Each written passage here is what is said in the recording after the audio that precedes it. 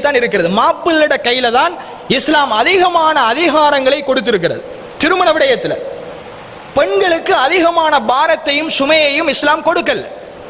அதை நான் சொல்லுகிற ஹதீதுகளின் ஊடாக நீங்க தெளிவாக புரிந்து கொள்ளலாம்.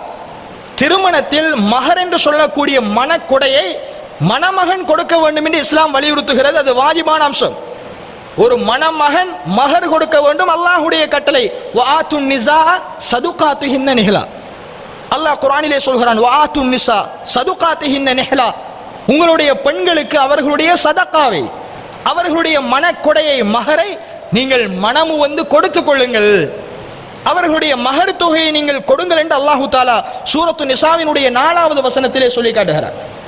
தொடர்ந்து சொல்கிறான், ஃபைன் டிபன லக்கும் அன் ஷைஇம் மின்ஹு நஃப்ஸன் ஃபகுலூஹு ஹனியம் மரியா. அந்த மஹர் தொகையிலிருந்து திருமணத்திற்கு பின்னாடி அவர்கள் எதையாவது உங்களுக்கு விரும்பி தருவார்களாக இருந்தால் அதை நீங்கள் அழகான முறையில் சுவைத்துக் கொள்ளுங்கள், புசித்துக் கொள்ளுங்கள். மஹரிலிருந்து மனைவி விரும்புகிறாள், கணவன் தந்த மகரிலிருந்து சிலதை நான் அவருக்கு திரும்ப கொடுக்க விரும்புகிறேன் என்று அவள் கொடுத்தால் அவர் எடுக்கலாம் என்று இஸ்லாம் சொல்கிறது. அது போக மஹர் என்பது தனிய ஒரு மகளுக்கு சொந்தமானது. இதை இஸ்லாம் இன்னும் சொல்கிறது, ஒரு மணமகள் எவ்வளவு மஹர் தேவை என்று தீர்மானிக்கிறாளோ அதை ஒரு மணமகன் கொடுத்தே ஆக வேண்டும். இது இஸ்லாம் சொல்கிற அடுத்த சட்டம். நீங்க மஹர் கொடுப்பது கட்டாயம், அதுதான் திருமணத்தினுடைய மிக முக்கியமான பகுதி. ஆனால் அந்த மகனை தீர்மானிப்பவர் யார் தெரியுமா? மணமகள். பெண்ணிடத்தில் நீங்கள் கேட்க வேண்டும், எனக்கு உங்களை பிடித்திருக்கிறது, திருமணம் முடிக்க போகிறேன், உங்களுக்கு எவ்வளவுமா மஹர் தேவை, எவ்வளவு மஹர் எதிர்பார்க்கிறீங்க, அல்லது எது உங்களுக்கு மஹராக தேவை, தங்கம் தேவையா, அல்லது எதை நீங்கள் மஹராக ஆசைப்படுகிறீர்கள்? ரசூலுல்லாஹ் ஸல்லல்லாஹு அலைஹி வஸல்லம் அவர்கள் குர்ஆனை கூட மஹராக கொடுத்திருக்கிறார்கள்.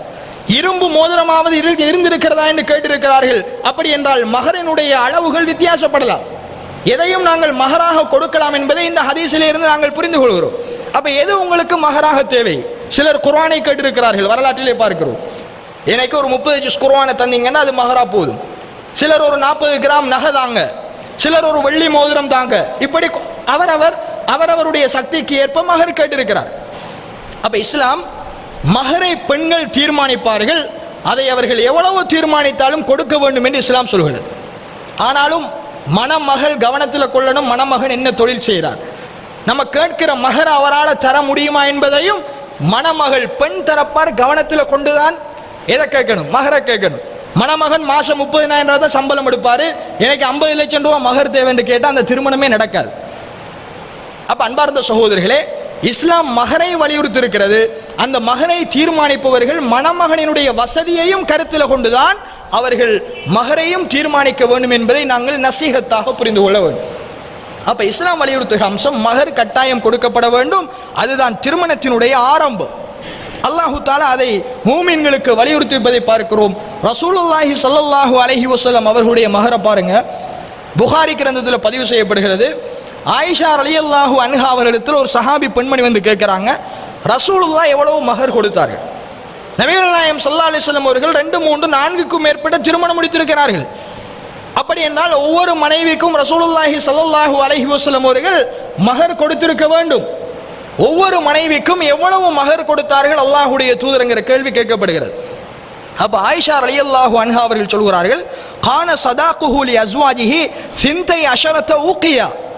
நபிகளார் ஸல்லல்லாஹு அலைஹி வஸல்லம் அவர்கள் தன்னுடைய ஒவ்வொரு மனைவிக்கும் 12 ஊகியாக்களை சதக்காவாக, மஹராக, நன்கொடையாக, மனக்கொடையாக கொடுத்தார்கள்.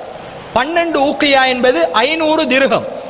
500 திர்ஹம் என்றால் இன்றைய கணக்கு பிரகாரம் 6 லட்சம் 7 லட்சத்துக்கும் மேல அல்லாஹ்வுடைய தூதர் அவர்கள் மஹர் கொடுத்திருக்கிறார்கள் ஒவ்வொரு மனைவிக்கு. அந்த காலத்திலே அல்லாஹ்வுடைய தூதர் அவர்கள் 500 திர்ஹங்களை ஒரு மனைவிக்கு மஹராக கொடுத்திருக்கிறார்கள். ஒவ்வொரு மனைவிக்கும் இதுதான் ரசூலுல்லாஹ்வுடைய மஹர் என்பதை ஆயிஷா ரலியல்லாஹு அன்ஹா அவர்கள் சொல்கிறார்கள். இந்த செய்தி புகாரியிலே பதிவு செய்யப்பட்டிருக்கிறது. அப்ப அன்புக்குரிய சகோதரர்களே, இஸ்லாம் சொல்லுகிற அடுத்த அம்சம் மஹர் கொடுக்கப்பட வேண்டும். இது வலியுறுத்தப்பட்ட ஒரு அம்சம்.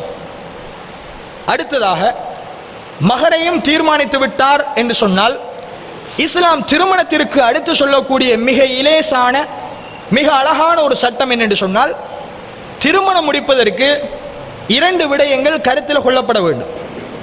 ஒன்று, மணப்பெண்ணுக்கு வழிதாரர் இருக்க வேண்டும். வழிகாரர் என்று சொல்லுவோம், பொறுப்புதாரி. ஒன்று அந்த பெண்ணினுடைய தந்தை இருக்க வேண்டும், அல்லது அந்த பெண்ணுடைய தந்தையோடு கூட பிறந்தவர்கள் வழிதாரராக இருக்க வேண்டும். வாப்பா இல்லைண்டா வாப்பாவினுடைய சகோதரர்கள் வழிதாரர்களாக இருக்கலாம். இப்படி இஸ்லாம் ஒரு மணப்பெண்ணை பொறுத்தவரைக்கும் வழி என்பதை திருமணத்திற்கு மிக முக்கியமான ஒன்றாக ஆக்கியிருக்கிறது. இரண்டாவது, அந்த திருமணத்திற்கென்று 2 சாட்சிகள் நியமிக்கப்பட வேண்டும். வழியும் இருக்க வேண்டும், மகரையும் தீர்மானித்து விட்டோம், 2 சாட்சிகளும் இருக்கிறது என்று சொன்னால் ஒரு மணமகன் ஈஜாப் கபூல் என்று சொல்லக்கூடிய ஒரு விடயத்தை அங்கே சொல்லி, அதாவது நான் இவ்வளவு மகரை தந்து உங்களுடைய மணப்பெண்ணை என்னுடைய மனைவி ஹலால் மனைவியாக ஆக்கிக் கொள்கிறேன் என்று மணமகன் சொல்ல வேண்டும். வழிதாரர் நீங்க தந்த இவ்வளவு மகர் தொகைக்கு என்னுடைய மகளை உங்களுக்கு நான் ஹலால் மனைவியாக ஆக்குகிறேன் என்று இவர் ஒப்புதல் பெற்றுக்கொண்டால் அதை ஈஜாப் கபூல் என்று சொல்லுவார். அரபியில் ஈஜாப் கபூல், ஒப்புதல் ஒப்புதல் பெறுதல். அப்ப இப்படி என்கிற ஒரு காரியம் நடந்து விடுமாக இருந்தால் அவ்வளவுதான் திருமணம்.